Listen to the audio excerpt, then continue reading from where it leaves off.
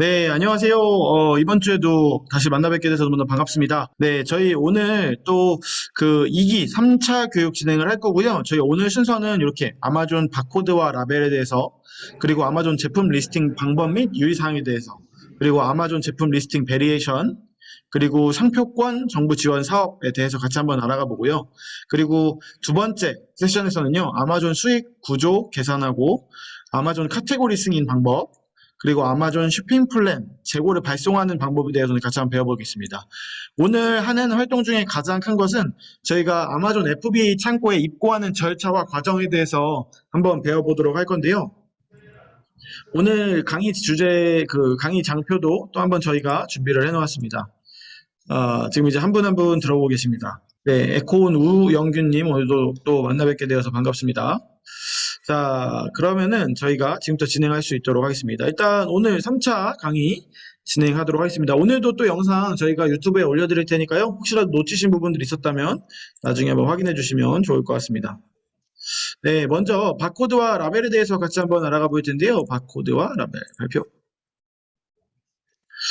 바코드 종류는 일단은 3개가 있습니다.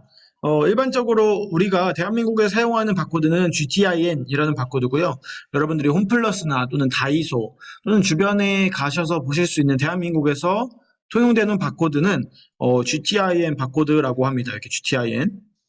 그래서 이렇게 들어가는 건데요. 요거는 글로벌 트레이드 아이템 넘버라고 해서 그냥 대한민국 대한상공회의소라는 지역에서 우리는 GTIN 바코드를 쓸 겁니다 라고 한 겁니다. 그러면 미국과 유럽에서 사용하고 있는 바코드도 좀 봐야겠죠. 일단은 미국에서는 보시면 여기 UPC라는 바코드를 쓰고 있고요. 유럽에서는 EAN이라는 바코드를 사용하고 있습니다. 자, 그런데 우리가 이제 미국으로 수출을 하게 될 때 먼저 사용하게 될 그 바코드는 UPC, EAN, GTIN 3개 다 모두 상관은 없습니다. 그 어떤 것도 아마존에서 판매하는 데는 아무거나 등록하시면 사용하실 수 있게 되어 있습니다. 자, 그런데 요 3개랑 다르게 아마존에 우리가 판매를 하기 위해서는 FNSKU라는 바코드를 새로 발급을 받으셔야 되고요. FNSKU는 Fulfillment Network Stock Keeping Unit인데요. 사실은 한국어로 좀 풀어서 말하게 되면 아마존 창고 고유 식별 번호라고도 부르고요. 그냥 아마존 바코드라고 부르기도 합니다. 그래서 여러분들이 판매하시려는 제품에 반드시 아마존 바코드가 부착되어 있어야 합니다. 자, 그런데 확인해 보시면 제가 전후로 한번 넘어가 보면 이제 UPC라든지 EAN 또는 GTIN이라는 바코드가 존재했잖아요. 요 바코드들이 우리가 아마존에 판매가 될 때는 이런 것들이 가려져야 됩니다. 왜냐면 어떤 게 UPC고 어떤 게 FNSKU, 즉 아마존 바코드인지가 좀 헷갈리죠. 여기에 아마존 바코드랑 GTIN이라는 바코드가 2개가 동시에 붙어 있다면 이 창고 관리자들이 어떤 걸 스캔해야 되는지 좀 헷갈리는 오류들이 발생할 수 있습니다. 그래서 아마존에 입고해 주실 때는 GTIN, 기존의 바코드를 가려주신 상태로 아마존에 입고를 해주시면 됩니다. 자, 이 부분까지 이해되셨죠? 그러면 이 FNSKU를 저희가 일단은 제품마다 다 부착이 되어야 한다. 그리고 이것을 아마존에서 제품을 리스팅을 하고 나면 받을 수 있다라고 보시면 좋을 것 같습니다. 자, 그리고 나면 우리가 이 FNSKU를 부착한 제품을 각각 박스에 이렇게 막 담겠죠? 그리고 그 박스를 아마존으로 발송하게 될 건데요. 이 아웃박스를 지금부터 우리는 아웃박스라고 보통 이라고 부르고 저희끼리 부를게요. 아웃박스. 근데 이 아웃박스도 그냥 도착하게 되면 사람들이 박스를 열어서 하나하나씩 제품을 스캔할 수는 없겠죠. 그렇기 때문에 이 아웃박스를 또 밖에 박스 레이블이라는 거를 부착해야 됩니다. 전문 용어로는 쉬핑 레이블이라고 부르고요. 여기 안에 어떠한 제품이 들어가 있고 이 제품의 이 박스의 주인이 누구이고 그리고 이 박스가 어디서부터 왔고 같은 것들을 확인하실 수 있는 박스 레이블인데요. 일반적으로 박스 레이블에는 어디에서 출발해서 어디로 도착하는 거고 이렇게 박스 레이블에 바코드가 있도록 되어 있습니다. 그래서 여러분들이 아마존 FBA 창고에 입고하실 때 필요하신 2가지에 대해서 다시 한번 설명드리면 제품마다 FNSKU인 아마존 바코드가 부착이 되어야 하고요. 그리고 그 박스를 포장하고 있는 아마존 박스, 큰 박스 있죠? 한 개에 막 50개씩 들어가는 그 박스에 밖에도 이 박스 레이블이 부착이 되어야 합니다. 2개, FNSKU 아마존 바코드고요. 두 번째로는 박스 레이블, 요 박스 레이블, shipping 레이블이라고 부르는 박스 레이블이 붙어야 합니다. 자, 그래서 보시게 되면 저희가 밖에 박스를 이렇게 부착한 예시 사진들을 이렇게 보실 수 있는데요. 보시게 되면 이렇게 박스 레이블의 바깥에다가 부착을 해주시면 되고요. PDF로 아마존에서 우리가 제가 이번에는 아마존으로 창고로 한번 100개를 보내보겠습니다 하는 쇼핑 플랜을 생성해서 우리가 이제 그 아마존 쪽에다가 전달하겠죠? 그럼 아마존에서 그러면 요거 바코드를 부착해서 아마존으로 발송해 주세요 라고 말을 하게 됩니다. 자, 그때 요 발송하는 바코드를 부착해가지고 넘어간다 보시면 좋을 것 같습니다. 그리고 한 박스당 무조건 한 개씩 붙고요. 그래서 10박스면 10개를 부착해야 되고요. 여기 자세히 보시면, 죄송합니다. 여기 자세히 보시면 박스 1 of 2라고 되어 있죠. 두 박스 중에 첫 번째 박스라는 의미이고요. 이렇게 박스마다 다 각각의 번호들이 붙어 있게 되어 있습니다. 자, 그리고 요거는 보시면 이렇게 FNSKU의 예시인데요. 이렇게 부착이 된다라고 보시면 좋을 것 같습니다.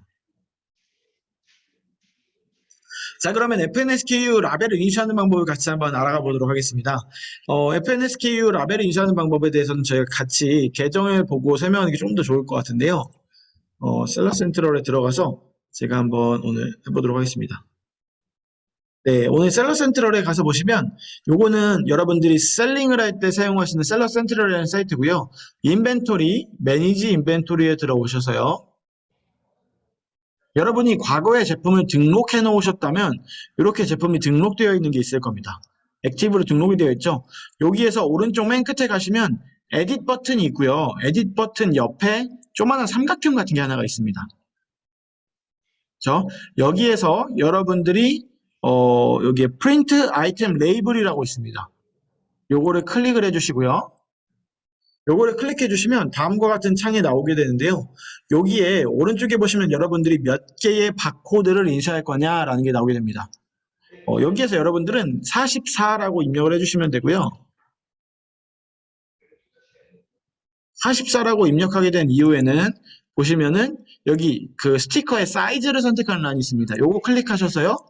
밑으로 쭉 내리셔서 44업을 눌러주시면 됩니다.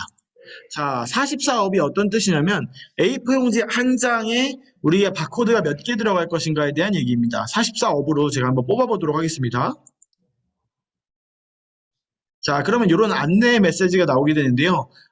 리마인더라고 뜨고요. Please cover any existing standard barcode라고 나와 있습니다.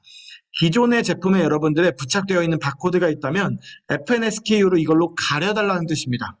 그래서 여기 기존의 제품에 바코드가 붙어 있으면 그 FNSKU 바코드를 이걸 덮어버려서 기존의 바코드가 안 보이고 아마존 바코드만 보이게 세팅을 해주시면 되는 겁니다. 자, 확인 눌러주시면 오른쪽 아래에 이렇게 바코드가 생성되는 걸 확인하실 수 있고요. 요거 클릭해서 보시면 이런 바코드들이 나오는 걸 확인하실 수 있습니다. 자, 그러면 우리가 100개를 보낼 건데 44개만 인쇄한 이유가 무엇일까요? 라고 물어보신다면 기본적으로 나오는 바코드는 모두 동일합니다.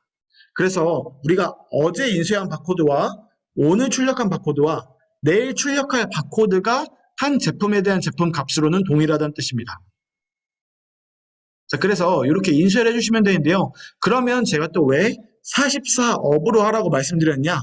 보시게 되면 여러분들이 일반적으로는 바코드 프린터기가 없는 회사들이 많이 있거든요. 보시게 되면 아마존 FBA 바코드 용지 이렇게 네이버에서 한번 검색을 해볼게요. 아마존 FBA 바코드 용지라고 검색을 해보시면 자, 이런 용지들이 나오게 됩니다. 여기 보시면 일반적인 용지들은 다 A4 용지에 44업으로 세팅이 되어 있고요. 보시게 되면 이게 가장 제일 일반적인 거긴 한데 한번 눌러서 보겠습니다. 네. 여러분들 이 용지를 구매해 주시면 A4 용지 100장짜리의 스티커 라벨 용지가 오게 되어 있습니다. 요거 구매하셔서 여러분들 사용하시면 되거든요. 그래서 44업으로 맞추신 다음에 그러면 요게 딱 크기에 맞게 일반적으로 셋업이 되게 되어 있습니다. 그러면 여러분들이 그 용지 넣으시고 나서 그냥 일반 프린터에서 프린트 해주셔도 이렇게 확인이 가능합니다. 자, 그러면 내가 여기서 예를 들어서 20개만 했다. 그러면 어떤 현상이 나오는지 같이 한번 봐볼게요. 20개만 입력하신 상태에서는 이렇게 빈 칸이 나오게 됩니다. 그렇죠? 그래서 왜 44개를 하시는지 대충 이제 느낌이 오셨죠? 자, 그리고 한 번 더 여기서 다시 한번 말씀드리면 어제 뽑은 거 남았는데 지난번에 뽑아놓은 게 남았는데 이 제품 이거 바코드 동일하게 써도 되나요? 라고 물어보시는데요. 사용하셔도 무방합니다. 바코드는 제품에 의해서 절대 변하는 게 아니고요. 계속 동일한 상태를 유지해 주게 되어 있습니다. 그러면 제가 한 번 더 그 안내사항 한 번 더 드릴게요. 자, 일반적으로 셀러 센트럴에 오셔서 재고에서 재고 관리를 클릭해 주시면 제가 아까 이 제품에 대해서 뽑았는데요. 이 제품 오른쪽 맨 끝에 가시면 편집 옆에 있는 조그만한 세모 눌러주시면 되고요. 여기에서 보시면 아이템 라벨 인쇄라고 있습니다. 잠시만요. 제가 잠깐. 그러면 여기에서 보시면 여기 아까 제가 뭐 44개라고 입력해 놓는다고 했죠? 그리고 나서 라벨 44업으로 뽑으시고요. 라벨 44개라고 써있죠? 그리고 아이템 라벨 인쇄를 누르시는 겁니다. 그럼 이런 거 확인하시고 받으시면 이렇게 나오게 됩니다.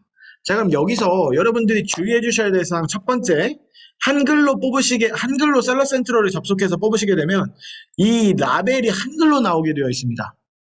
그래서 요거 라벨 뽑으실 때만이라도 영문으로 셀러 센트럴을 변환하신 다음에 뽑아주셔야 됩니다. 실제로 이렇게 나오기 때문에 여러분들의 제품에 한글이 들어가 있게 될 겁니다.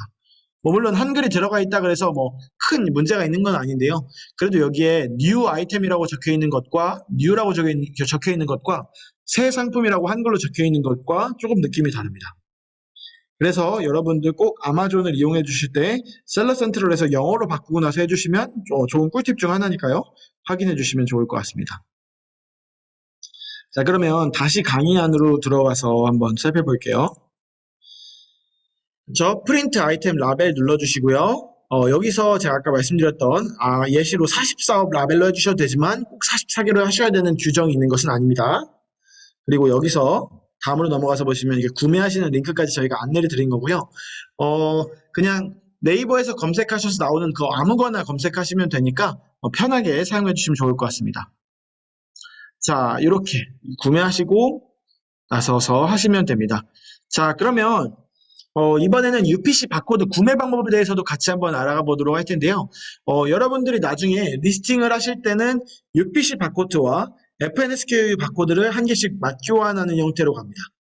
어떤 뜻이냐면 여러분들이 제품을 리스팅하실 때 보시게 되면 반드시 여러분들이 바코드가 있어야만 제품을 등록하실 수 있게 되어 있습니다. 상품 등록에 한번 가서 보도록 하겠습니다.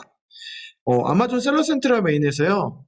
카탈로그에 상품 등록에서 아마존에 판매되지 않는 제품을 우리가 판매하는 경우에는 이제 클릭을 해주시고 예를 들면 여기다가 제가 그때 칼림바를 한번 팔아봤었죠. 기대를 바라보겠습니다. 안 나오네요.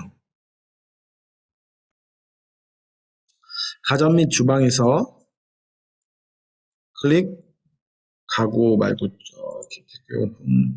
조명별 계정, 조명을 제가 한번 리스팅을 한다고 가정을 해볼게요. 그럼 이렇게 들어가서 보시면 프로덕트 아이디라는 걸 쓰게 되어 있습니다. 여기에 프로덕트 아이디가 어떤 것이냐면 바코드를 의미하게 됩니다. 근데 아마존 바코드는 우리한테 지금 없죠. 그럼 우리가 여기에 어떤 바코드를 입력해야 되냐면 여러분의 제품 상품별 바코드를 입력하시면 됩니다. 예를 들면 여러분들이 현재 국내에서 통용되고 있는 GTIN이라는 바코드, 대한상공회의소에서 발급하는 바코드를 쓰고 계시다면 여기에다가 여러분들이 입력을 하시면 되고요. 만약에 근데 내 제품은 바코드가 있는 제품은 아닌데요? 라고 여쭤보신다면 그냥 바코드를 저희 K존 최태호 매니저님한테 달라고 말씀을 해주시면 그냥 최태호 매니저님이 바코드를 드릴 겁니다.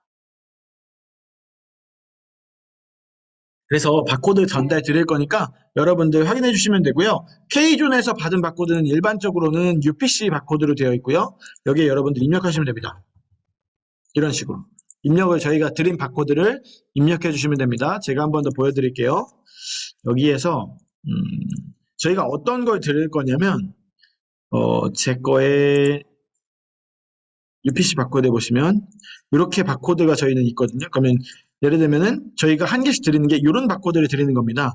그러면 이거를 직접 업로드하는 것이 아니라 이 숫자만 여기에다가 적어서 전달해 주시면 좋을 것 같습니다.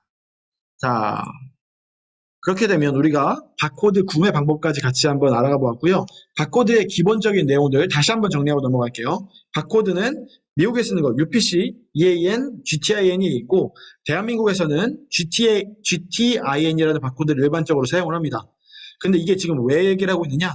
아마존의 제품을 등록할 때 여러분들이 GTIN 바코드입니다 라고 해야 되고 GTIN 바코드를 한 개를 제품에 주게 되면 아마존에서는 그거 한 개를 받고 FNSKU라는 아마존 바코드를 주게 되어 있습니다. 그럼 우리는 그 FNSKU 바코드를 제품마다 부착하게 될 텐데 만약에 똑같은 마우스 100개에 부착하는 거라면 바코드 한 개를 가지고 100개의 상품에 부착할 수 있습니다. 그렇지만 제가 마우스 한 개, 파란색 마우스 한 개와 빨간색 마우스 한 개를 판매한다. 이럴 때는 바코드가 두 개가 필요합니다. 그래서 여러분들이 K존의 바코드를 달라고 요청하실 때 바코드 두 개를 주세요라고 요청을 하셔야 됩니다. 자, 그럼 다시 한번 예시를 또 다르게 들어볼게요. 마우스 파란색과 마우스 빨간색과 마우스 핑크색이 있습니다. 이런 바코드가 3개가 필요하고요. 마우스 파란색과 마우스 빨간색 마우스가 있고요. 그리고 여기에서 마우스가 유선 마우스와 무선 마우스로 나눠지게 됩니다. 즉 무선 마우스 빨간색, 파란색이 있는 거고 유선 마우스 빨간색, 파란색이 있게 되는 겁니다. 그렇게 되면 바코드가 4개가 필요해지는 거죠. 그런데 우리가 이 4개의 제품을 각각 100개씩 보낼 겁니다. 그럼 총 400개가 아마존으로 보내지게 되는 거겠죠. 그러면 그때 여러분들이 해주셔야 될 것들은 바코드를 프린트 레이블 해가지고 부착만 해주시면 됩니다. 그러면 이때 우리가 바코드를 100개를 구매해서 해야 되는 것이냐 400개를 구매해야 되는 것이냐 아닙니다. 바코드는 4개면 충분합니다. 그렇게 해서 아마존 바코드를 다 부착을 하고 나서 박스에다가 포장을 하실 때 다 포장을 넣으시고 나서 우리가 밖에다가 쉬핑 레이블을 만들면 됩니다. 그렇죠? 여기까지 같이 오신 거죠? 그러면 다음 챕터 2로 아마존 제품 등록 방법을 같이 한번 보도록 할게요.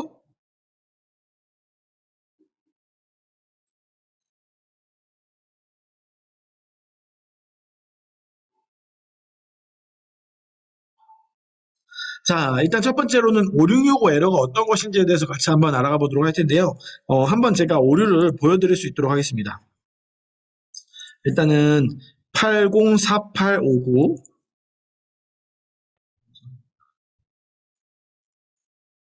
926333 926333 이렇게 넣고요. K존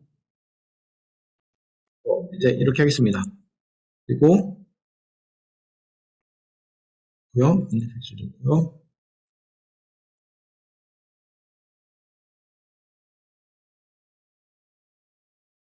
코리아 제가 제품을 빨리 등록을 해볼게요.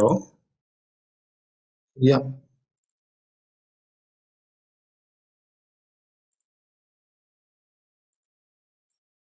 워런티 없고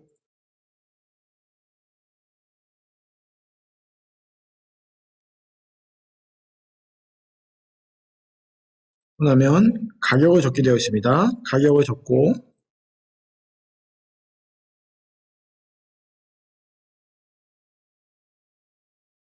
자 이렇게 가정했다고 보면은 여기 이렇게 Save and Finish 버튼이 일반적으로 파란색으로 변경이 되고요. 할 수 있게 되어 있습니다. 그런데 지금 나중에 우리가 브랜드를 하시게 되면 여기에다가 저희가 한번 입력을 해볼게요. 뭐가 있을까요?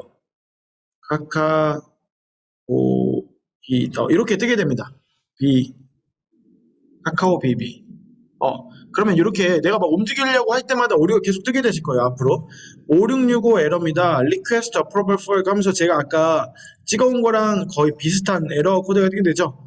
근데 이때 여러분들이 확인해 주셔야 될 거는 무언가 여러분들이 리스팅을 하시면서 오류가 떴을 때 그 오류 코드가 뭔지 그리고 요걸 캡처해 떠서 저희한테 전달해 주시면 저희가 이제 최대한 도와드리려고 노력을 할 겁니다. 왜 오류가 뜬 것인지.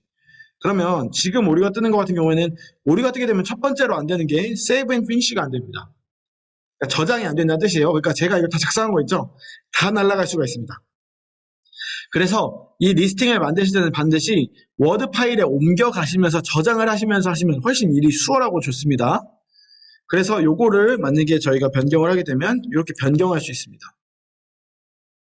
자, 변경하는 순간 오류 코드가 없어지면서 다시 한번 파란색으로 변한 걸 확인하실 수 있죠? 이것처럼 여러분들이 처음에 제품을 리스팅 하시다 보면 이러한 오류들이 굉장히 많이 뜰 겁니다. 그래서 이러한 오류들을 저희가 해결하기 위해서 지금 K존이 함께 여러분들과 하고 있는 거니까 문제가 발생하시면 저희한테 이러한 문제가 발생했다고 알려주시면 좋을 것 같습니다. 그래서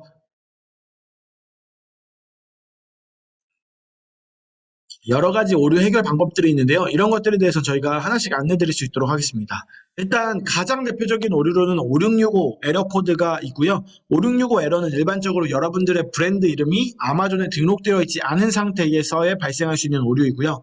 예를 들면 저는 K존이라는 브랜드를 가지고 있지만 K존이라는 브랜드가 아마존에 미국에 상표권 등록이 되어 있지 않다고 한다면 그것은 K존의 브랜드가 아니고 그냥 K존 너 혼자 너의 회사 이름이야 라고 정의하게 됩니다. 그런 상태에서는 아마존에 리스팅을 할 때 브랜드라는 이름을 사용할 수가 없고요. 이럴 때는 브랜드 이름이 없습니다 라는 표시 또는 이런 것들을 표시해서서 제네릭이라고 리스팅을 해주던지 아니면 브랜드 이름을 아직 등록하지 않은 상태라면 브랜드 등록 이름을 하시고 나서 제품을 리스팅하시는 경우들이 있습니다. 예를 들면 여러분들이 예를 들면 K존이라는 이름으로 저희가 제품 브랜드명을 내고 싶다. 그러면은 아마존한테 나는 K존이야 라고 매일 어필하는 것이 아니라 실제로 여러분들이 해주셔야 되는 활동은 여러분들이 미국 상표권청에다가 넣으셔서 이러한 것들을 등록을 받으시는 방법들이 있습니다. 그래서 미국 USPTO라는 미국 상표청에 여러분들의 그거를 꼭 입력을 해주셔야 될 겁니다. 자, 그러면은 또 계속해서 가보도록 하겠습니다. 자, 다음으로는 이제 우리가 미국 상표권을 코트라에서 지원받는 방법에 대해서 같이 한번 알아가 볼 텐데요. 일단은 미국 상표권이라고 하는 것은 결국에는 미국 변호사님을 통해서 상표권 출원이 가능하고요. 여기서 막 상표권을 출원하는데 오래 걸리거나 문제가 발생하지 않나요? 라고 말씀하시는 분들이 있는데요. 미국 상표권을 출원하는데 그러니까 서류를 접수해서 내는 데는 한 일주일 정도의 시간이 걸리고요. 출원을 하게 되면 출원 번호라는 번호를 받게 됩니다. 이 출원 번호를 가지고 우리가 아마존에 나 이게 일단 출원했어요 라고 제시하게 되면 이 문제들이 해결되는 방안들이 있으니까요. 그런 것들 확인해 주시면 좋을 것 같습니다. 그러면 먼저 우리 코트라를 통해서 한번 요거 상표권 지원받는 내용에 대해서 한번 같이 한번 살펴보겠습니다. 일단 여러분들이 네이버에 들어오셔서 여기다가 코트라 라고 검색을 해주시면 확인하실 수가 있고요. 여기 코트라 메인 홈페이지에 그냥 들어가시면 됩니다. 코트라에는 4개의 홈페이지가 존재하는데 오늘 우리가 같이 보게 될 홈페이지는 코트라의 사업신청이라는 프로그램이고요. 코트라 사업신청에 들어오신 상태에서 오른쪽 위에 보시면 요 바 메뉴가 있습니다. 113 있는 바. 요거 클릭해 주시고요. 요거 클릭해 주신 상태에서 밑으로 내리시게 되면 자, 여기 중간쯤에 수요 기반이라는 거 밑에 해외 지식재산권 보호라고 있습니다. 해외 지식재산권 보호를 클릭해 주시면 되고요. 네, 여기까지 들어오셨다면 해외 지식재산권 보호에서 미국은 한번 상표권을 출원할 때에 600불의 한도를 주는구나, 600불은 지원이 되는구나 라고 보시면 좋을 것 같습니다. 그리고 디자인 특허를 내실 때는 1000불 정도 지원을 받으실 수 있다는 거. 그래서 이렇게 우리가 소재 국가마다 상표권을 출원하실 수 있습니다라는 서비스가 있습니다.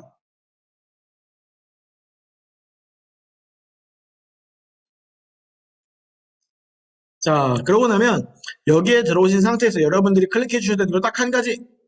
지원 신청 버튼만 신청해 주시면 눌러주시면 됩니다. 그럼 이렇게 코트라 로그인하는 장면이 뜨게 되고요. 여기 로그인 하시게 되면 앞으로 다음 스텝으로 이동하실 수 있을 겁니다. 그래서 이거 진행하시면서 궁금하신 사항들에 대해서는 저희 최태호 매니저님한테 문의 주시면 되고요. 저희 몇 가지 주의사항을 말씀드리면 일단 첫 번째로는 저희가 같이 협업하고 있는 변호사님은 현재는 LA 지부에 미국 선택하면 두 개가 나옵니다. 뉴욕과 LA가 나오게 되는데 저희는 LA 지부에 하윤케인 변호사님, HK 로펌이랑 같이 작업을 하고 있습니다. 그래서 만약에 여러분들 작업하시면서 조금 더 수월한 또는 변호사님하고 직접적으로 컨택을 하고 싶으시면 HK 로펌 선택하셔서 작업 진행해 주시면 좋을 것 같습니다. 자, 그러면은 또 이제 다음으로는 제품 리스팅 방법에 대해서 한번 배워보도록 하겠습니다. 제품 리스팅 방법은 조금은 어려울 수 있습니다. 제가 아까 접속한 것처럼 아마존 셀러 센트럴에 들어가서 여러분들이 제품을 등록하실 수 있고요. 보시게 되면 여기서 제품 카테고리 선정부터 시작해서 들어가게 될 겁니다. 그리고 여러분들이 리스팅 항목해야 되는 것들이 위에 이렇게 표시가 될 거고요. 그리고 버튼을 클릭하면 구체적인 것과 일반적인 걸로 나눌 수 있게 아마존이 세팅을 해놨습니다. 제가 좀 이따가 같이 한번 리스팅 해보는 걸 한번 같이 한번 해보도록 할게요. 구체적으로 한번 이렇게 항목이 늘어나게 되고요. 그리고 우리가 꼭 해야 되는 것들 같은 경우에는 빨간색 느낌표로 표시가 되고요. 프로덕트 아이디에는 바코드 정보를 기입하고 나머지 거에는 제품 브랜드, 이름명 같은 것들을 입력하시면 됩니다. 저희 다시 한번 볼 거니까 조금 빠르게 넘어가 볼게요. 그리고 제품 베리에이션에는 제품 옵션을 입력해 주시면 되고요. 오퍼에는 여러분들의 가격 같은 것들을 설정해 주시면 됩니다.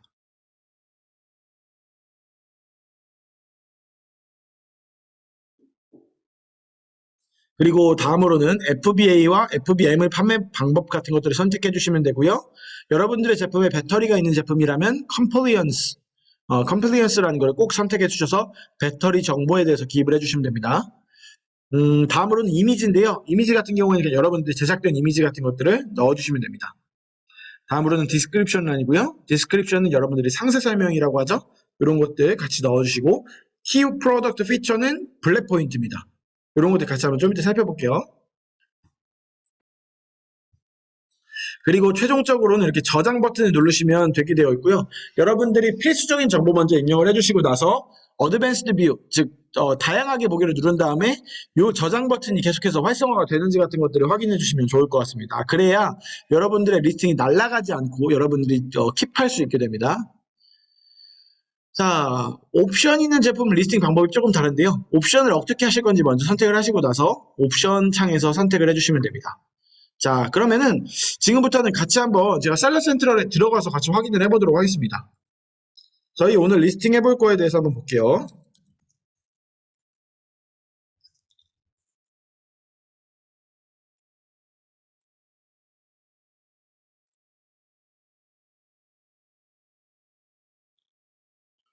자, 오늘 제가 같이 리스팅을 해볼 제품은 이런 비대 제품인데요. 이 비대 제품을 같이 한번 리스팅을 진행해 보도록 하겠습니다. 그 사이에 리뷰가 저도 한 개가 더 늘었네요.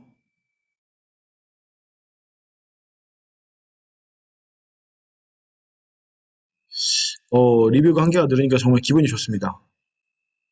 네, 물론, 어, 잘 되고, 6개월 동안 잘 되고 있다는 뜻이네요. 최근에 아주 좋은 리뷰들이 많이 들어왔습니다. 자, 그러면은 또 힘내서 한번 진행해 보도록 하겠습니다. 일단은 첫 번째로, 어, 제가 요 비대, 리스팅 하는 거 같이 한번 보여드릴게요. 이거 복사해서 볼 거예요. OTP만 한번 보도록 하겠습니다.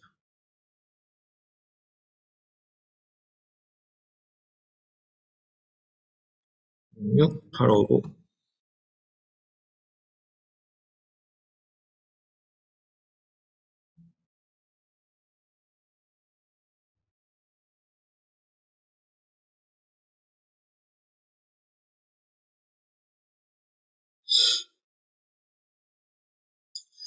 네, 보시게 되면 가장 먼저 여러분들이 셀러 센트럴에서 오늘은 한국어로 한번 진행을 해볼게요. 셀러 센트럴에서 메인에 오신 다음에요. 카탈로그에서 상품 등록을 눌러주시면 됩니다. 자, 한번 눌러볼게요. 자, 상품 등록을 누르시면 이런 창이 뜨게 되고요. 여기서 여러분들이 여러분들만의 제품을 등록하는 것이라면 왼쪽 맨 아래에 있는 아마존에 판매되지 않는 제품을 추가하고 있습니다. 라고도 클릭을 해주시고요.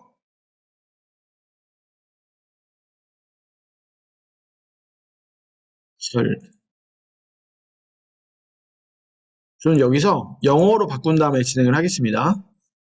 여기서 비대 라고 치게 되면 요 비대 어태치먼트가 뜨게 되죠. 비대 시트. 저는 비대 시트를 한번 진행을 해보도록 하겠습니다. 그러면 여기서 막 검색을 해주시는 겁니다. 여러분들이 어떤 제품을 하는지 서치해서 해주셔도 되고요. 여기에 각각 들어와서 내가 하나하나씩 타고 들어가면서 셀렉트를 해주셔도 됩니다. 그러면 저는 지금 요거를 진행을 할 거니까 요거에서 셀렉트를 눌러서 한번 제품 리스팅을 진행을 해보도록 하겠습니다. 자, 그러면 아까 제가 안내드렸던 것처럼 오른쪽 위에 보시면 more advanced 뷰를 켰을 때랑 껐을 때랑 켰을 때랑 껐을 때랑 이렇게 확인이 다르게 되어 있죠. 근데 일단은 처음에 진행하실 때는 끄고 진행을 하시면 됩니다.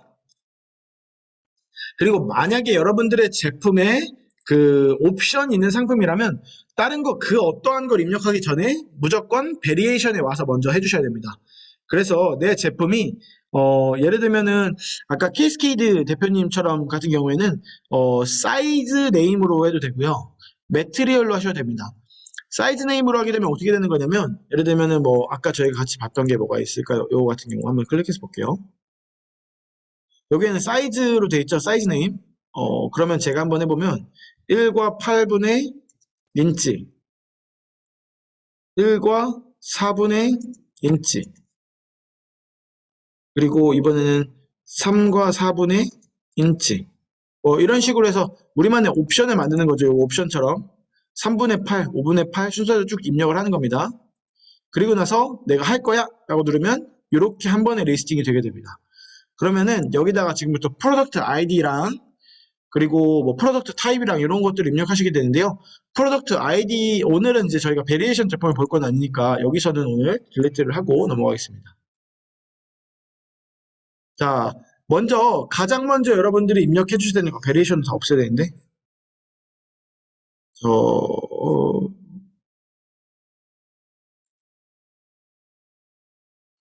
베리에이션이 없어지질 않네요. 됐네요. 자, 그러면은 일단 항상 가장 먼저 넣어주셔야 되는 것은 간단하지만 항상 프로덕트 아이디를 먼저 넣어주셔야 됩니다. 프로덕트 아이디 아까 제가 넣었었죠? 880, 빠바발, 빠바바바바바밤. 그냥 넣고 뭐 UPC다? 그럼 UPC를 넣어주시고요. 프로덕트 네임이다? 그럼 프로덕트 네임을 입력해 주시면 되는데 프로덕트 네임이라는 것은 여기 위에 나와 있는 걸 프로덕트 네임이라고 합니다. 요거 프로덕트 네임이라고 하고요. 프로덕트 네임 제가 아까 말씀드릴 때 어떤 말씀 드렸었냐면 지난번 시간에 첫 번째 글자는 무조건 대문자다. 대문자. 야. 이런 걸로 해서 제가 예시로 한번 만들어 볼게요. 이누스 코리아 프로덕트 할 때는 첫 번째 글자는 무조건 대문자고요. 브랜드 이름은 여러분들 브랜드 이름을 넣어주시면 됩니다. 제품의 브랜드명. 그리고 매니팩처 생산한 사람이 누구야?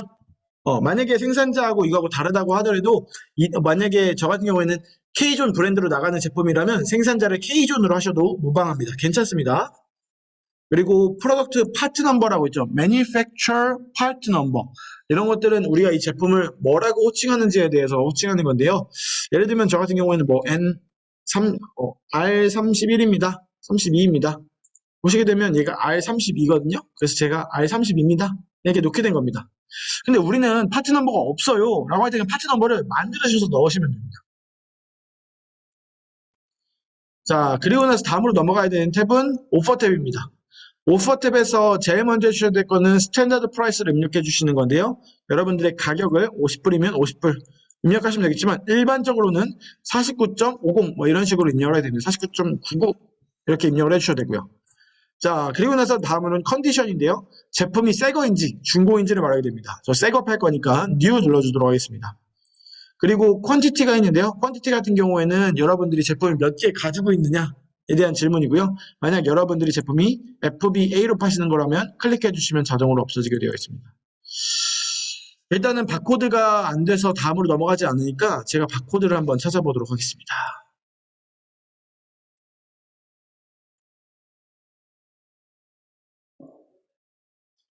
자, 제가 볼게요. 804859 804859 921154 921154 하면은 초록색으로 바뀌겠죠.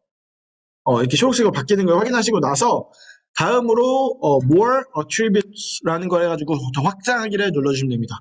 그러면 여기만 확장된 것이 아니라 요 밑에 보시면 이런 컬러, 사이즈 이런 것까지 확장이 되거든요. 그래서 요거 같이 확인을 해주시면 좋을 것 같고요. 그리고 나서 이렇게 뭐 이런 것들 쭉 보시면 쭉쭉쭉쭉 확인하실 것들이 있습니다. 이미지도 입력을 해주셔야 되고요. 디스크립션도 입력을 해주셔야 됩니다. 자, 그러면 일단은 이미지는 여러분들이 뭘 올리실지 다 아시죠? 그냥 이미지를 업로드 해주시면 되는데 순서대로 업로드 해주시면 되고요. 디스크립션 같은 경우에는 보시게 되면 첫 번째로는 블렛 포인트가 있습니다. 블렛 포인트는 어떤 거냐면 여기 제목 밑에 있는 요 블렛들 있죠. 총알처럼 생긴 블렛이라고 해서 블렛 포인트라고 부르거든요. 여기를 입력을 해주시면 되는 겁니다. 만약에 여러분들이 엑셀 파일에서 또는 워드 파일에서 만드신다고 가정하고 나서 저는 복사해서 붙여 넣을게요. 근데 얘는 5개인데 우리 지금 1개밖에 없네요. 그렇죠. 두 번째 걸 입력해 주셔야 될 때 어떻게 되냐면 여기서 add more, add more, add more 이런 식으로 해주시면 됩니다. 그럼 이렇게 하면 최대 5개까지 입력되게 되어 있습니다. 자, 이렇게 해서 이렇게 해서 전 3개까지만 입력을 해보겠습니다. 다음으로는 프로덕트 디스크립션인데요. 프로덕트 디스크립션 같은 경우에는 그냥 여러분들이 입력하실 프로덕트 디스크립션 입력해주면 됩니다. 상세 페이지라고 부르면 되는 건데요. 여러분들이 제품을 어떻게 보는지 about us, about K존. K존 is 뭐 블라블라블라블라블라. K존 is the best international 비대니까 비대 컴퍼니 뭐 이런 식으로 나타내는 건데요. 이렇게 확인하실 수가 있고요. 그리고 다음으로는 키워드란입니다. 키워드란 같은 경우에는 이 제품을 누가 사용하게 되고 어떠한 인텐디드 유저를 사용하게 되는지가 첫 번째 인텐디드 유저라는 건데요. 예를 들면 여행할 때 사용하는 것이다. 또는 뭐 요리할 때 사용하는 거다. 그러면 쿡 뭐 이런 식으로 써도 되고 또는 뭐 키친에서 사용하는 거다. 그럼 이렇게 입력을 해주시면 자동적으로 아마존 알고리즘에 의해서 이런 알고리즘이 생성되게 되어 있습니다. 그래서 무조건적으로 없는 건데 있다고 하시는 것도 좋지만요. 그래야 뭐 키워드가 많이 잡히는 것도 있지만 여러분들이 그렇게 되면 광고 세팅이 잘 안 되게 되어 있습니다. 그래서 여러분들이 꼭 타겟 어디언스 같은 것들도 예를 들면은 우리가 요리를 한다, 식재료를 파는 거다. 그러면은 뭐 맘일 수도 있고요, 맘. 또는 우먼. 일반적으로 우먼 여성분들이 이런 식재료를 많이 쓰니까 또 뭐 그렇게 될 수도 있고요. 그리고 또 other attributes 이걸 다른 용도로 어떻게 사용하게 되느냐. 예를 들면 다른 용도라는 기능은 어떤 게 있냐면 제가 예를 들면은 뭐 소금을 파는 업체다. 그러면 소금을 팔 때 여러분들이 캠핑용으로도 할 수 있잖아요. 그러면 캠핑용 캠핑 가서 할 수 있는 거니까 캠핑 뭐 이런 식으로 해도 되고요. 또는 뭐 쿠킹 또는 키친에도 쓸 수 있지만 뭐 시즈닝이라는 뭐 other attribute라고 해서 또는 뭐 그런 식으로 넣으셔도 됩니다. 자, 그리고 서브젝트 매터는 서브젝트 매터라고 해가지고 그냥 여러분들이 큰 틀을 어떻게 잡느냐에 대한 문의입니다. 예를 들면 제가 비데를 판다고 가정했을 때는 이거는 토일렛 범위에 좀 들어가게 될 거고요. 그리고 일렉트로닉스라고 그래가지고 전자기기 용품에도 들어가게 될 겁니다. 자, 그리고 마지막으로 가장 중요한 search term에 대해서 알아보도록 할 텐데요. search term은 일반적으로 고객들이 뭐라고 우리 제품을 검색할지에 대한 것들을 먼저 이 제품을 리스팅하는 사람이 정의하게 됩니다. 그래서 search term에 대해서 좀 더 구체적으로 설명을 드리자면 일반적으로는 그냥 컴마를 찍지 않은 상태로 뭐 20개에서 50개 정도 그래서 총 한 225자를 넣게 되어 있고요. 제가 만약에 비데를 판다고 가정했을 때 넣게 되면 비데 for toilet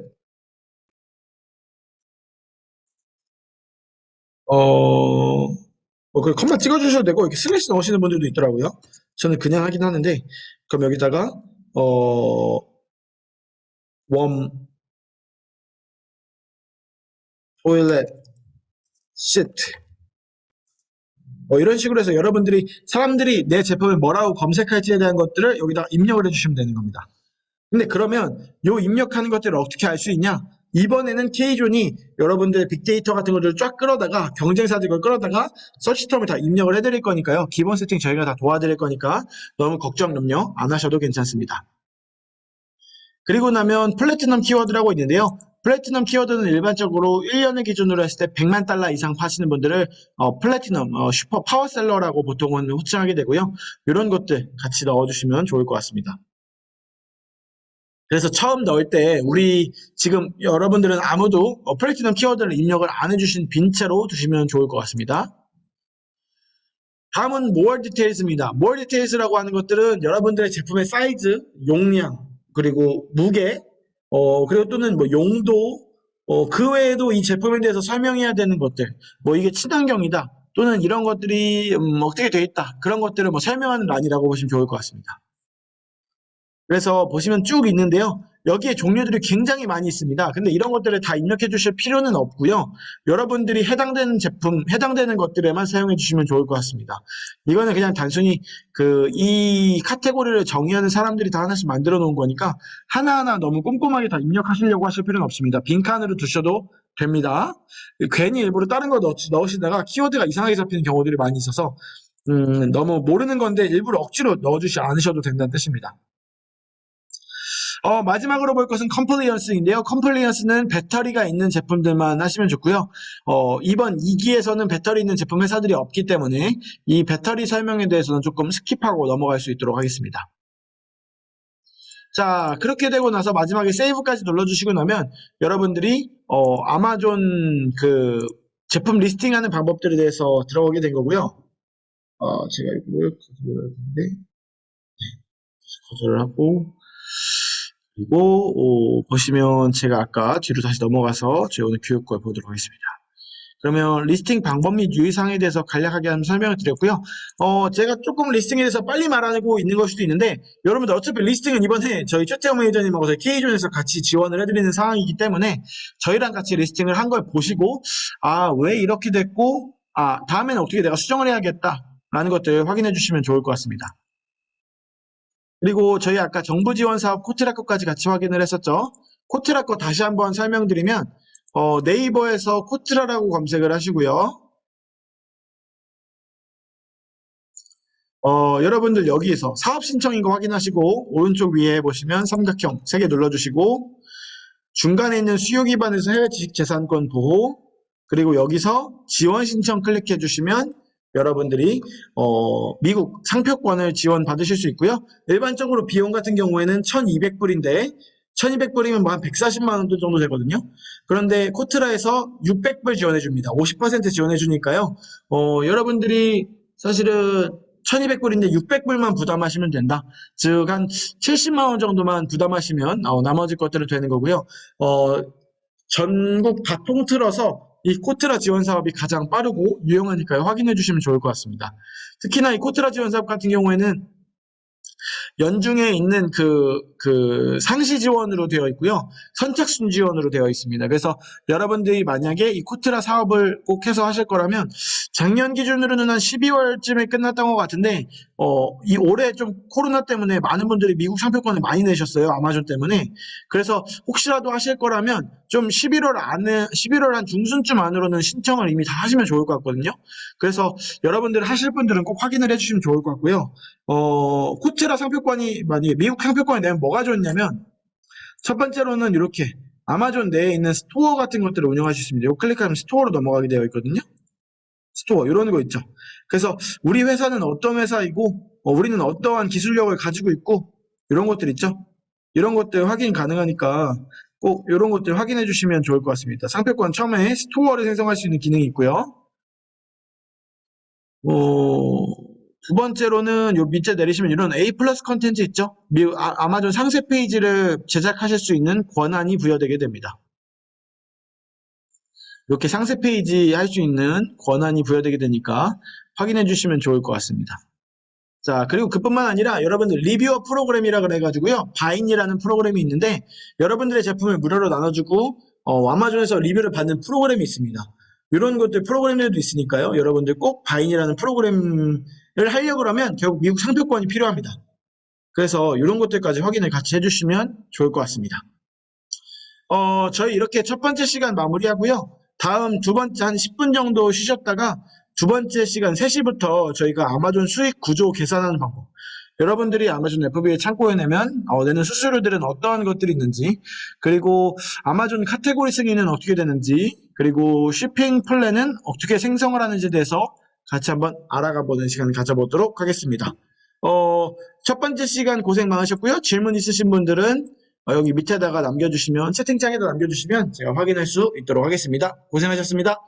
고생하셨습니다. 네. 안녕하세요. 자, 그러면 저희 2부 같이 시작해 보도록 할 건데요. 2부는 먼저 수익 구조를 계산하는 방법부터 해서 천천히 진행을 하도록 하겠습니다. 일단 수익 구조, 계산 방법에는 당연히 FBA 계산기라는 전문 계산기가 따로 있습니다. 근데 여기서 저희가 오늘 미팅이 끝나고 전달드릴 자료에는 이런 자료들이 있습니다.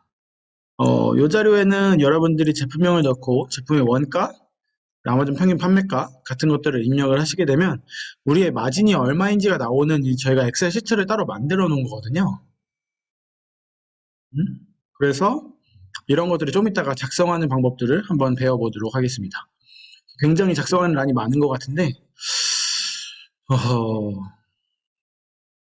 제가 이거 한 개씩 다 업로드를 드리고 일을 하는 게 맞을 것 같네요. 오늘 제가 업체별로 한 개씩 전달을 드리고 업무를 같이 진행을 하시지요.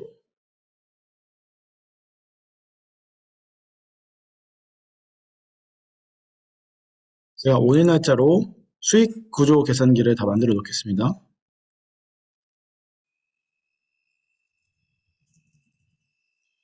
제가 한 번씩 모두 드리겠습니다. 이게 없어요.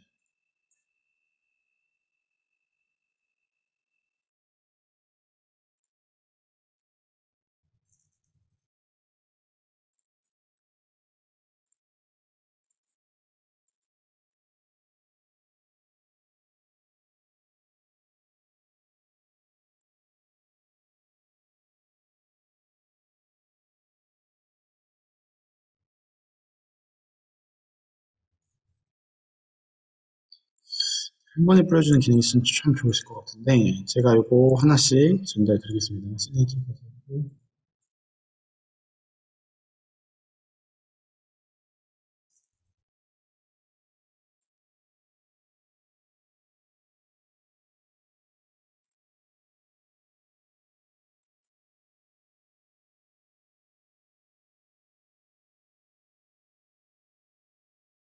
산책에 나가도 놓겠습니다.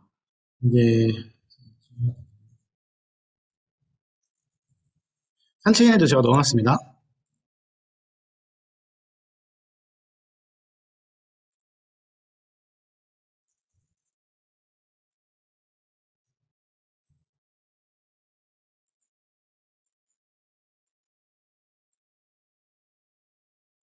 네, 화이트 인시도 넣었고요.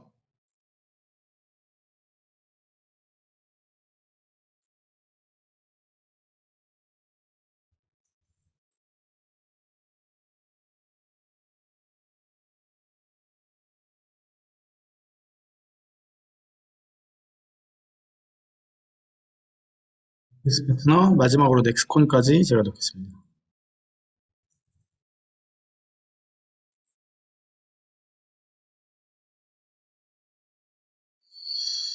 네, 그러면은 이제 제가 모두 드린 파일을 여러분들이 다운로드 받아서 사용하시면 될 것 같고요. 오늘은 제가 이렇게 하면 좀 복잡할 것 같아서 요 밑에 부분은 아예 날려버리고 작업을 하시면 돼요.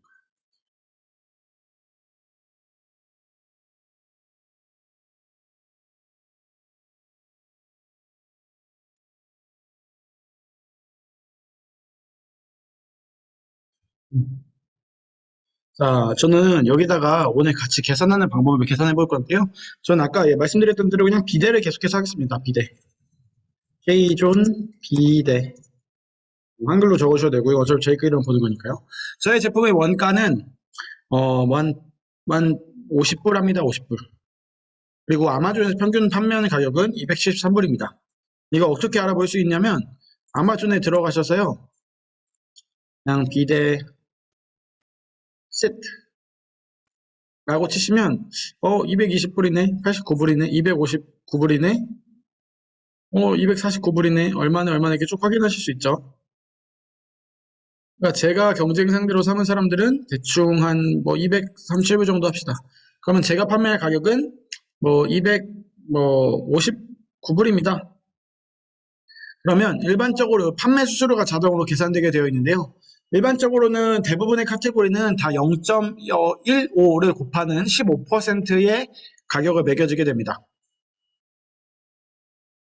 그리고 나서 FBA 비용이라고 나와 있는데요. FBA 비용은 여러분들이 여기에다가 FEA calculator라고 치시면 구글에서 FBA calculator를 확인하실 수 있습니다. FBA calculator, CALCULTER 이렇게 눌러주시면 여러분들이 FBA calculator를 사용하실 수 있습니다. 그래서 여기 클릭을 해보겠습니다. 그러면 여러분들이 여기다가 무엇을 넣어주셔야 되냐면 제품의 크기를 인치로 넣어주셔야 됩니다. 제가 한번 해볼게요. 저는 10인치에 15인치에 7인치 그리고 무게는 파운드로 넣어주셔야 되는데요. 저는 한 6파운드쯤 6파운드씩 넘은 것 같아요. 9파운드쯤 될 것 같습니다. 그리고 카테고리를 결정해 주셔야 되는데 저는 카테고리가 어디냐면요. 제 카테고리는요. 보시게 되면 요 위에 카테고리가 나오게 되는데요. 왜 안 나오네.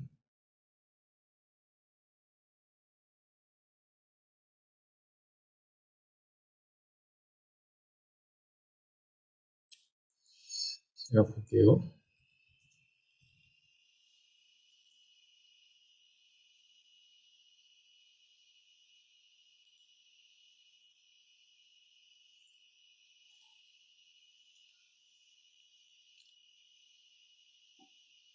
보시면 카테고리가 여기 이렇게 되어 있습니다.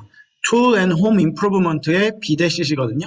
그러면 여기에서 Tool and Home Improvement, Tool and Home Improvement에서 요거를 눌러주십니다. 그리고 나서 Estimate 하면은 제 카테고리에서 저의 가격이 나오게 되어 있습니다. 왜 안 돼? 왜 안 되죠?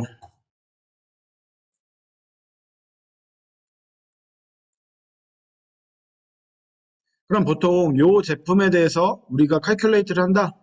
그러면 칼큘레이트 제가 나의 프라이스는 200불입니다. 그러니까 250불로 잡았죠. 그러니까 얼마였죠? 제가 259불 그리고 259불 그래서 칼큘레이트 클릭 here.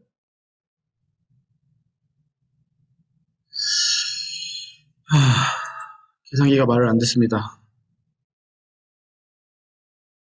10에 5에 10에 웨이트 바운드 카테고리 투레노 임프루먼트 스웨이트 나왔네요. 자, 이렇게 되면은 우리가 한번 그 FBA 사용하는 비용이 8.47불이라는 게 이렇게 나오게 되는 겁니다. FBA 칼큘레이터로.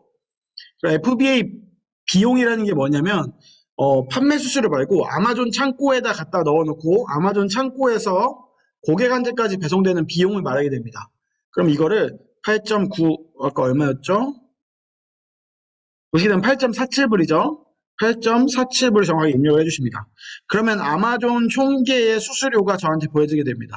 저는 259불로 제품을 판매했을 때 아마존 수수료는 한 개당 47불이 붙게 되는 겁니다. 그런 식으로 계산을 해주시면 되고요. 그렇게 계산을 해주시면 되고요. 여기에 이제 두 가지가 추가돼야 되는데 첫 번째로는 창고 비용, 두 번째로는 배송 비용입니다. 창고 비용은 일반적으로는 그냥 0.25불 정도 편하게 넣어주시면 되고요. 그러면 아마존에서 우리가 창고를 사용하는데 남는 그 창고 비용을 보실 수 있습니다. 배송 비용 같은 경우에는 대한민국에서 아마존 창고까지 들어가는 배송 비용을 계산한 건데요. 이거는 일반적으로는 해상물류를 통해서 계산을 해주시면 되고요. 요 그냥 뭐 10개 보낼 때 얼마라고 견적을 받으시면 그냥 나누기 10 해가지고 넣어주시면 될 겁니다. 저 같은 경우에는 일반적으로 뭐 배로 보낼 때는 한 10불 안 들어갑니다. 한 뭐 8불 언저리선. 근데 요즘 좀 물류가 비싸니까 한 16불 정도로 잡아보겠습니다. 자, 그렇게 되면 저는 요 정도의 마진폭을 보여주고 있고요. 판매 마진은 한 개당 145불인데요. 마진이라는 것은 결론적으로 봤을 때, 제 제품 원가까지 뺀 상태에서 저의 마진을 보여주게 되어 있습니다. 그래서 이렇게 마진을 볼 수 있고요. 예를 들어 제가 마진이 100이다. 그러면 저의 판매 마진은 95불로서 마진은 이렇게 되겠죠. 이렇게 여러분들의 판매 비용을 계산하실 수 있는데요. 가장 중요한 것은 여러분들이 FBA 배송 비용이 얼마가 들어가느냐, 그리고 내 카테고리에서의 판매 수수료가 얼마인지. 자, 보시면 그걸 이렇게 입력을 해주시고 나면 캘레이트, 그렇죠. 그러면은 이렇게 알아서 얘가 자동적으로 쫙 계산해주는 이 계산기가 이렇게 있는 겁니다. 그래서 나의 net profit은 얼마고, 내가 내는 비용은 얼마고, 이런 것들을 코스트, 그렇죠? 이런 것들까지 여러분들이 다 확인을 하실 수가 있습니다. 자, 그래서 이렇게 아마존 FBA 계산기를 사용해서 여러분들이 한번 여러분들의 제품을 활용하는 방법을 알아보았고요. 또 한 가지 방법으로는 아까 제가 말씀드렸던 것처럼 제품을 검색해서 이 제품과 유사한 제품들의 수수료를 얼마를 내고 있는지를 확인해 보실 수 있습니다. 자, 그리고 아마존 수수료에는 또 한 가지, 총 3가지 정도의 수수료가, 뭐 3가지가 아니고 사실 늘리려고 그러면 100가지까지 늘어날 수 있는 거니까요. 대표적인 걸로는 3개가 있는데요. 첫 번째로는 프로페셔널 셀러 계정 비용입니다. 월마다 39.99불이 나가게 되어 있고요. 프로페셔널 셀러 같은 계정 같은 경우에는 어떤 혜택들을 받냐면 광고를 돌릴 수 있는 기능, 그렇죠? 일반 개인 계정 같은 경우에는 광고를 돌리실 수가 없습니다. 그래서 광고를 돌릴 수 있는 기능들이 들어가 있고요. 또는 FBA를 사용하실 수 있는 기능과 같은 기능들이 존재합니다. 그래서 일반적으로 여러분들이 프로페셔널 셀러를 유지하게 될 텐데 매월 39.99불이 나가게 될 거고요. 그리고 리퍼럴 피, 아마존 판매 수수료에는 2가지가 있는데 첫 번째로는 리퍼럴 피, 두 번째로는 FBA 피라는 게 있습니다. 리퍼럴 피라는 것은 쉽게 설명드리면 건당 판매 수수료라고 보시면 좋을 것 같은데요. 일반적으로는 여러분들이 뭐 판매하시는 제품의 뭐 15%에서 작게는 8% 정도의 수수료를 내시게 될 겁니다. 자, 두 번째로는 FBA fee인데요. FBA fee 같은 경우에는 fulfillment fee라고도 부르고요. 이거는 아마존 창고에서 고객들한테 배송되는 배송 비용을 의미하게 됩니다. 그래서 일반적으로 제가 휴대폰 케이스 같은 거 하나 판매할 때 보통 보시면 일반적으로는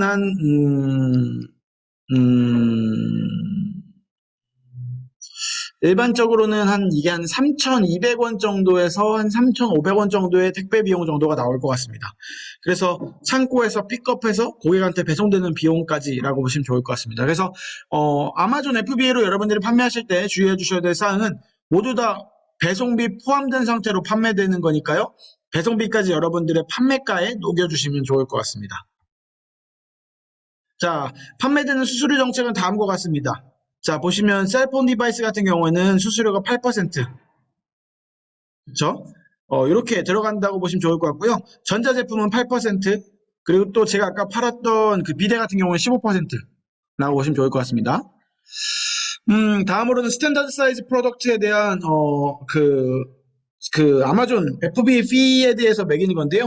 뭐 보통 제일 작은 게 아무리 작아도 2.5불 정도가 나오고요. 조금 크다 싶으면 3.4불, 진짜 좀 크다 5불, 10불, 5불부터 이제 업으로 계속 올라가게 되는 형태를 보여주고 있습니다. 자, 배송비 계산하는 방법 같은 경우에는 일반적으로 해상하고 비행기로 나누게 되고요. 요즘 제가 배송비 계산하는 사이트를 비행기로 한번 예시로 보여드리면 여러분들 네이버에 가셔서 도어로 라고 검색을 해주시면 됩니다. 자, 도어로 다들 메모해주세요. 도어로 메모하시고 여기서 보시면 도어로라는 사이트가 이렇게 있습니다. 해외 배송 대행. 아마존 배송 대행 전문 업체이거든요. 그래서 보시게 되면 여기서 미국을 클릭하시고요. 여러분들의 중량은 뭐 3kg다. 그러면 이거를 뭐 12cm에 5cm에 7cm짜리 제품을 한 개 보낼 때 미국으로 보내면 얼마입니까?를 계산해 보시면 여기에 얼마입니다 뜨게 됩니다. 한 박스 보낼 때 42,400원입니다 라고 여러분들 확인하실 수가 있을 겁니다. 그래서 이런 부분들 확인해서 여러분들 진행해 주시면 좋을 것 같습니다. 그래서 이렇게 여러분들이 비행기 비용은 한눈에 알아볼 수 있는데요. 해상 비용 같은 경우에는 최근 들어서는 조금 계산을 하는 방법이 좀 계속해서 변하고 있어서 이런 거 같은 경우에는 여러분들이 해상물류를 발송하실 때 좀 견적을 받아보시고 나서 진행을 해보시는 방법이 있습니다. 그래서 그런 방법대로 활용해 주시면 좋을 것 같습니다. 자, 다음으로는 CBM, CBM 계산 이런 거 빼고요. 요거 3PL분류. 네. 그리고 다음으로는 우리가 3PL 업체에 대해서 한번 알아가 보도록 할 텐데요. 3PL이라는 거는 Third Party Logistics라고 불러서 3자 물류라고 부르기도 합니다. 그래서 우리의 물류 같은 것들을 미국 창고, 아마존 창고도 있지만 3PL 창고에 갖다 넣어놓고 나서 거기서 사용되는 물류 비용에 대해서 집행을 할 수 있는 건데요. 거기에 한마디로 우리의 물류 창고가 존재한다라고 봐주시면 좋을 것 같습니다. 그런데 우리가 아마존 창고가 있는데 왜 그러면 3PL을 써야 되나? 라고 물어보시면 일단은 아마존의 창고 비용이 굉장히 비싸서 이런 것들을 좀 절감하실 수 있고요. 그리고 우리가 아마존 창고에서 할 수 없는 일들을 일반적으로는 3PL에서 제공을 해주고 있습니다.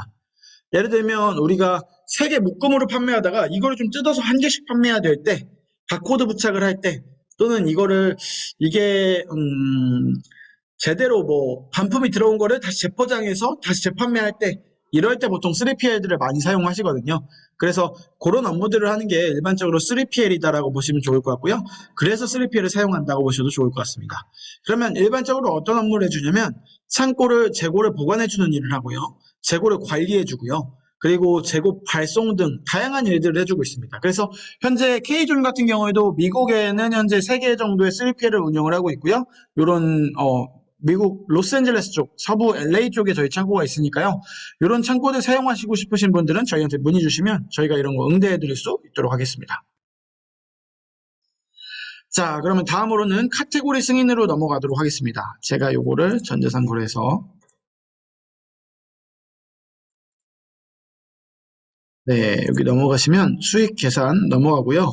이번에 카테고리 승인으로 좀 넘어가도록 할 텐데요. 카테고리 승인 같은 경우에는 일반적으로는 조금 판매하기 어려운 제품, 여러분이 딱 들으면 아실 만한 제품. 예를 들면 유아용품 또는 귀금속, 다이아몬드 파는 거 있죠. 그리고 또 예를 들면은 명품류들을 판매할 때 요럴 때 특히나 메이드 인 이탈리아 제품들의 카테고리 승인을 받아야 되거든요. 그래서 이런 것들이 일반적으로는 카테고리 승인을 받아야 되는 제품이고요. 나중에 여러분들이 제품을 등록하려고 가서 보시면 이렇게 자물쇠로 잠겨 있는 것들이 있습니다. 이런 것들 같은 경우에는 여러분들이 아마존에 문의를 넣어서 카테고리 승인을 받아야 되는 절차들이 필요한데요.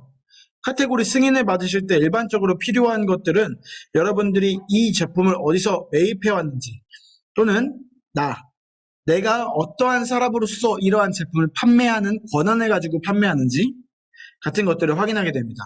지금 보시는 게 카테고리 승인이 필요한 제품이고요.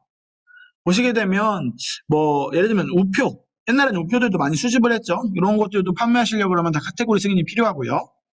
파인아트라고 해가지고 여러분들이 예를 들면은 뭐가 있을까요? 피카소의 작품을 판매한다든지 또는 이러한 작품들을 판매할 때는 카테고리 승인이 필요하고요. 아까 말씀드렸던 주얼리 그리고 메이드 인 이탈리 제품은 다 카테고리 승인이 필요하고요. 그리고 시계들 특히나 손목시계 같은 게 비싼 게 많죠. 그래서 이런 거 할 때는 진품과 가품을 구별할 수 있게 아마존에서 미리 이 판매자에 대한 신원을 확인하는 절차들을 카테고리 승인으로 걸친다 라고 보시면 좋을 것 같습니다. 그래서 카테고리 승인을 하는 안내 방법들에 대해서는요. 보시면 Request Approval이라고 해서 내가 내 카테고리 좀 승인해 주세요 라고 신청을 하게 되고요. 이런 것들을 진행을 할 때는 내가 누구인지를 보통 입증하는 것과 나라는 사람이 거짓말을 하지 않고 진실된 셀러로서 아마존에서 정품만 판매할 것을 약속하는 문서 등 다양한 것들을 아마존이 요청하는 대로 우리가 행동하게 될 겁니다. 그래서 이번 카테고리 승인 같은 절차들을 거치는 제품들에 대해서는요. 저희 K존에서 같이 협업으로 진행을 하도록 할 테니까요. 이런 부분들 같이 확인해 주시면 좋을 것 같습니다.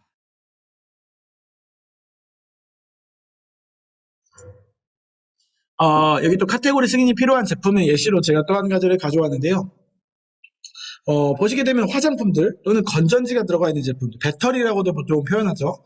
그리고 기능성 샴푸와 같은 것들은 일반적으로 카테고리 승인이 필요합니다. 특히나 탈모 샴푸처럼 무언가가 우리가 샴푸를 쓰면 기능이 나타난다든지 머리카락이 자라난다 이런 허위 문구들을 작성하면 안 되잖아요. 그래서 이런 것들은 일반적으로 카테고리 승인이 필요한 제품이라고들 부르게 됩니다.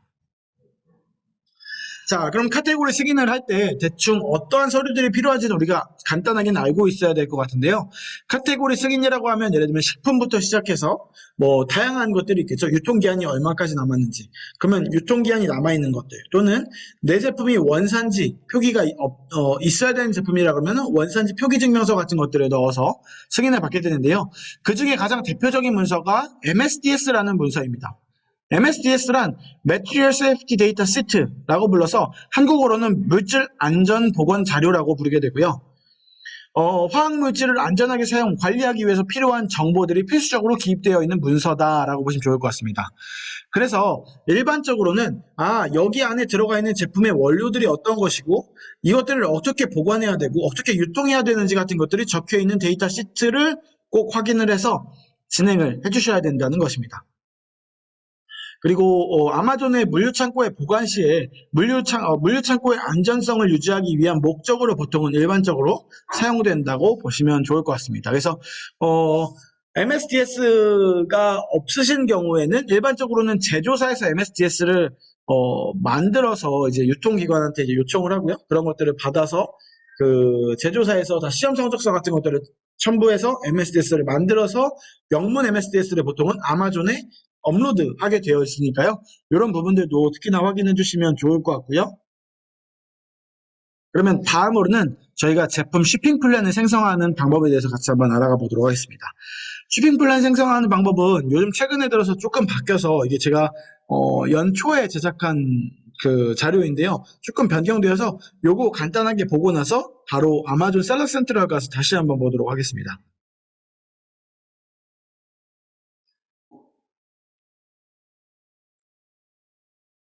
네, 일단 쇼핑 플랜 생성은 당연히 셀러 센트럴에 접속하셔서요. 매니지 인벤토리를 눌러주시고 거기서 제품에 들어가서 Send and Replenish Inventory라는 버튼을 클릭해 주시면 진행되도록 되어 있습니다. 자, 그러면 일반적으로 이렇게 나의 제품을 발송하는 절차들을 거치게 되는데요. 이렇게 해서 제품을 포장을 어떻게 할 것인가, 그 제품 박스에는 어떤 내용물들이 들어갈 거고 그 내용물들의 사이즈는 어떻고 거기에 들어가는 제품의 바코드는 어떤 것인지, 그리고 이런 것들이 위험물이지 않은지, 그리고 만약에 제품을 포장해야 된다 그러면 누가 어떻게 포장해야 되는지와 같은 것들에 대한 질문이 있을 수 있습니다. 그리고 나면 우리가 언제 보낼 것이고 어디로 보낼 것이고와 같은 것들을 아마존이 우리한테 안내를 하게 되는데요. 그러면 내가 이 물건을 어떻게 아마존에게 발송하게 될 건지와 같은 운송수단을 선택해 주고요.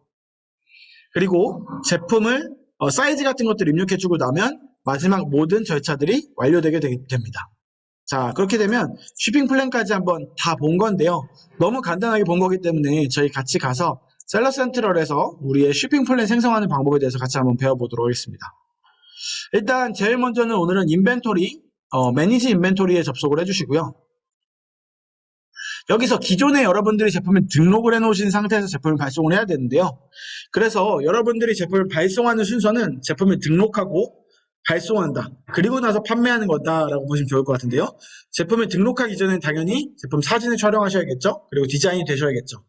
그래서 여러분들 패키징이라든지 제품을 먼저 만드신 분들 같은 경우에는 디자인 얼렁 주셔서 저희가 작업하고 여러분들에게 다시 전달드릴 수 있도록 하겠습니다. 그러면 지금 제가 가지고 있는 요 액티브 재고들부터 시작해서 제품을 발송하는 절차들을 거쳐보도록 하겠습니다.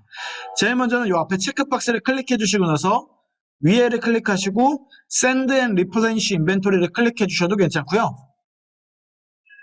여러 개를 보내는 거라면 이렇게 클릭을 하신 다음에 보시게 되면 이렇게 클릭을 하시고 나서 이렇게 발송을 해서 3개를 한 번에 작업을 해주셔도 되고요. 저는 오늘 한 개만 할 거라서 좀 쉽게 오른쪽 맨 끝에 있는 요 에딧 버튼 옆에 삼각형을 클릭하고요.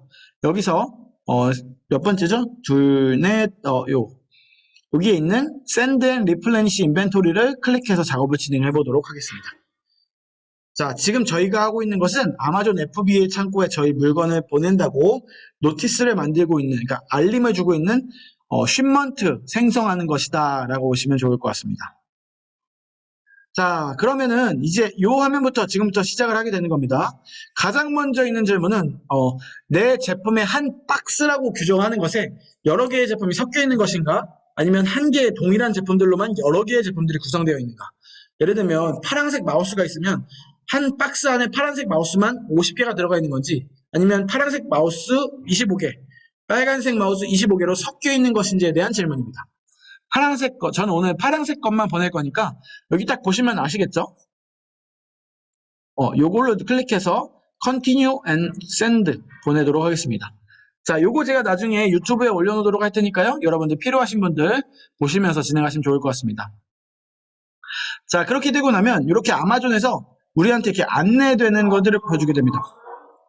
자, 이렇게 우리에게 어떻게 이 제품을 발송할 수 있는지에 대한 것들을 안내하는 영상들이 나오게 됩니다. 이 영상들을 영어로 됐다고 너무 겁먹으실 필요 없고요. 하나하나 우리가 어떤 스텝들을 거쳐야 되는지 안내해주는 그냥 일반적인 영상이니까 한번 시청해보시는 것을 저는 추천드리도록 하겠습니다. 자, 그리고 나면 지금부터는 아까랑 조금 다른 이미지들인데요. 일반적으로 우리가 몇 박스, 몇 유닛을 보낼 건지에 대한 질문입니다. 저는 오늘 10개 제품에 대해서 한번 레디 투 팩을 해보도록 하겠습니다. 10개 제품을 보낸다고 이렇게 넣게 되고요. 그리고 나면 다음으로 넘어가서 팩 앤 인디비주얼 유닛을 누르게 되어 있습니다. 저는 10개 보낼 겁니다.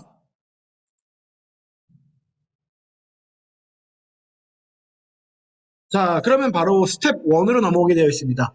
스텝 1부터는 이제 이게 몇 개의 박스로 구성되어 있는지 10개 제품을 보낸다고는 했지만 이게 한 박스에 5개씩 두 박스로 가는 건지 아니면 10개가 한 박스에 다 들어가 있는지를 아마존은 알지 못합니다. 그래서 저는 그걸 알려야 줘야 되는데요. 일단은 저는 Everything in One 박스를 눌러주고 컨펌을 누르겠습니다.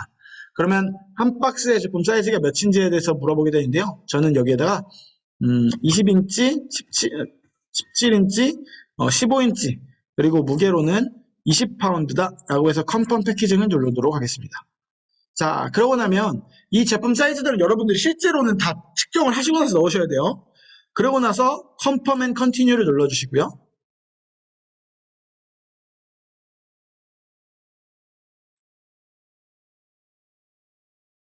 다음으로는 며칠에 여러분들이 이것을 배송을 시작할 건지에 대한 질문이 나오게 됩니다. 저는 이거를 오늘 보낼 거니까 10월 28일로 넣을 거고요. 그리고 나면 스텝 2에서 가장 중요한 질문인 SPD와 LTL이 있습니다. 자, SPD 같은 경우에는 Small Partial Delivery라고 그래가지고 박스로 보낼 때의 SPD라고 말하게 되고요.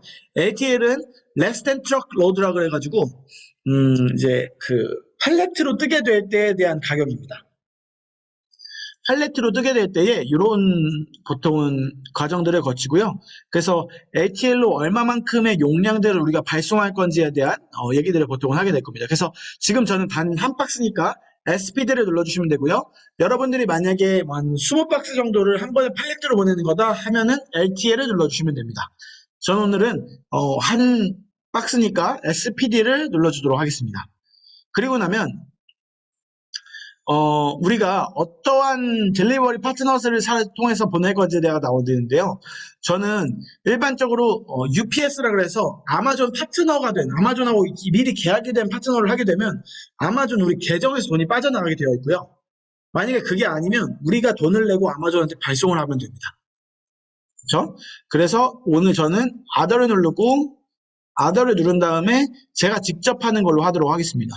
만약에 UPS를 눌러주게 되면 이게 바로 이 쉔먼트를 생성하는 동시에 라벨지가 나오게 되어 있거든요. 근데 저는 오늘 진짜로 보낼 게 아니기 때문에 아더 캐리어를 눌러주고 나서 진행을 하도록 하겠습니다. 자, 여기까지 어렵지 않죠? 네, 여기까지는 괜찮죠? 네, 쉔먼트를 생성을 하시고 나서 그러면 당연하게 아까 제가 말씀드렸듯이 나오는 게 바로 이게 있습니다. 이렇게 딱 이런 게 나오게 되는데요. 자, 이런 박스 레이블이 나오게 됩니다. 아까 제품 라벨은 아까 제가 인쇄하는 방법을 같이 봤죠. 근데 요게 박스 레이블입니다. 요 박스 레이블에는 어떤 내용들이 적혀 있냐면요. 내가 보내는 제 창고지 주소지가 여기거든요. 미국 저의 창고가. 그리고 요거는 내가 어디로 보내야 되는지 미국 아마존이 저한테 자동으로 생성해 준 겁니다. 그러면 저는 아마존 여기 주소 있죠? 여기가 핸더슨이라는 곳이고요. LAS1이라는 창고 이름입니다. LAS1. 그렇지만 받는 사람 이름은 이누스홈 USA LNC INC로 되어 있네요. 그리고 주소지 이름이 스트릿 넘버 1이 12300 버뮤다 로드라는 곳이고요. 이건 도시 이름이고요. 핸더슨이 도시 이름이고 NV는 제가 알기로는 네바다주로 알고 있는데 정확하진 않습니다. 네바다주, 스테이트 이름이 네바다주, 그리고 그 우편 번호가 89044-8746입니다. 그러면 요거를 프린트해서 여러분들 일반 A4용지로 프린트를 해주시고요. 저희 테이프로 양옆에 이렇게 해가지고 떨어지지 않도록 잘 부착을 해주시면 됩니다. 그리고 나면 모든 것들이 이제 생성이 완료가 된 채로 지금 끝난 겁니다. 그러면 go to shipping queue 가시고요. 그렇게 되면 저희가 쭉 해서 과거에 생성해 놓은 것들을 확인하실 수가 있습니다. 이렇게 제가 그동안 아마존을 하면서 보냈던 제 쉽먼트고요. 이 쉽먼트를 생성하는 방법은 쉽먼트를 확인하실 수 있는 방법은 여러분들이 셀러 센트럴 메인에서 인벤토리 탭에서 매니지 FBA 쉽먼트를 클릭해 주시면 됩니다. 클릭해 주시면 다음과 같은 창으로 넘어가게 되어 있고요. 여기서 여러분들이 궁금해하시는 일반적으로는 이게 아마존이 그러면 받고 나서 어떻게 바뀌나요? 이게 받은 건가요? 아니면 제대로 간 건가요? 이런 것들 많이 물어보십니다. 그러면 제가 과거에 생성해 놓은 쉽먼트를 한번 보도록 하겠습니다. 제가 9월 29일 날 만들어 놓은 쉽먼트인데요. 보시게 되면 요 앞에 이름을 클릭하시면 제가 요 안으로 넘어가게 되어 있거든요.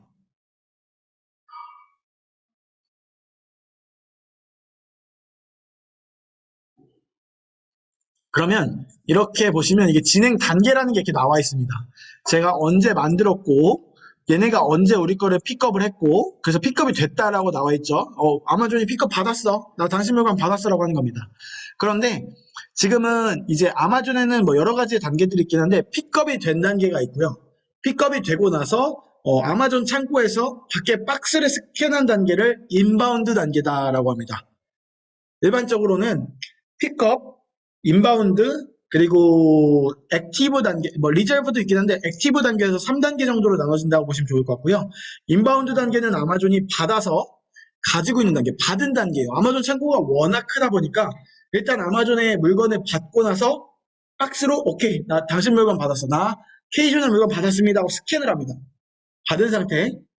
그런데 받은 상태에서는 물건을 판매할 수가 없고요. 이 물건이 아마존 창고 진열대로 넘어가야 됩니다. 이 진열대에 있는 단계를 액티브 단계라고 하고요. 액티브 단계, 즉 활성화가 되었다고도 표현하게 됩니다. 그래서 제 물건은 현재까지는 제품을 받고 나서 액티브가 되지 않은 단계라고 보시면 좋을 것 같고요. 이거 아직 안 들어갔고요. 제가 들어가고 있는 걸 좀 보여드리는 게 잘 나을 것 같아서 제가 들어가고 있는 거 intransaction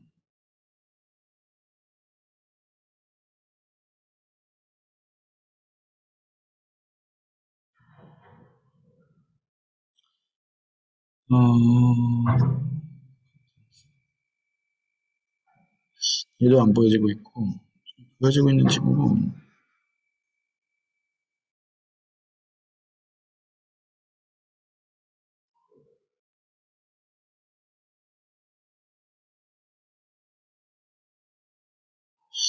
이것도 없고 다 없네.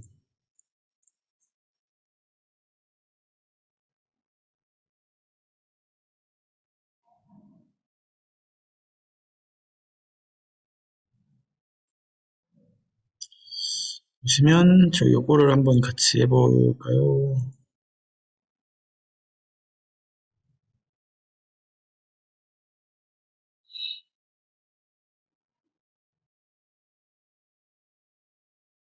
네, 그리고 나서 마지막에 여러분들 모든 컨텐츠들이 다 받아진다 그러면 이렇게 인트랜잭션 넣고 이렇게 받았습니다 넣고 체크인 넣고 리시브드 해서 다 보여지고 나서 몇 월 며칠 날 당신네 물건이 다 아마존으로 들어왔습니다 라는 것들이 이렇게 나오게 됩니다. 그래서 모든 것들이 다 이렇게 나오게 되는 거니까요. 여러분들이 한번 트래킹 이벤트라든지 이런 거 해가지고 몇 개의 팔레트가 들어간 거고 제품의 사이즈가 얼마고 그리고 문제가 있다 그러면 프로블럼 어떤 문제가 있었는지 이런 것들까지 같이 확인을 해주시는 것들을 어디서 하느냐? 다시 한번 설명드릴게요. 셀러 센트럴에서 인벤토리에서 매니지 FBA shipment다라고 확인해 주시면 좋을 것 같습니다. 저는 오늘 아까 만들어 놓은 거 요거 삭제를 해야겠죠? 요거 삭제하는 방법도 알려드리도록 하겠습니다. 만들었는데 입고를 안 할 것이다. 그러면 삭제하는 방법을 알려드리도록 하겠습니다.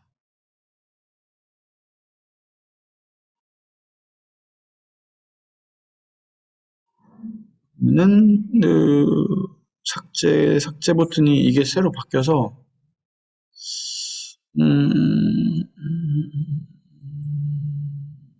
올드 스페이스를 못 보나.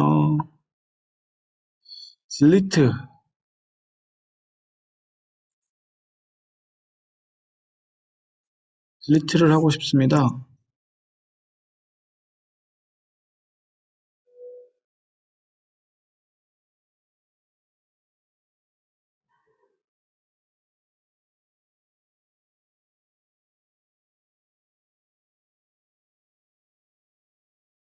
딜리트 shipment and change 여기 아래에 있네요.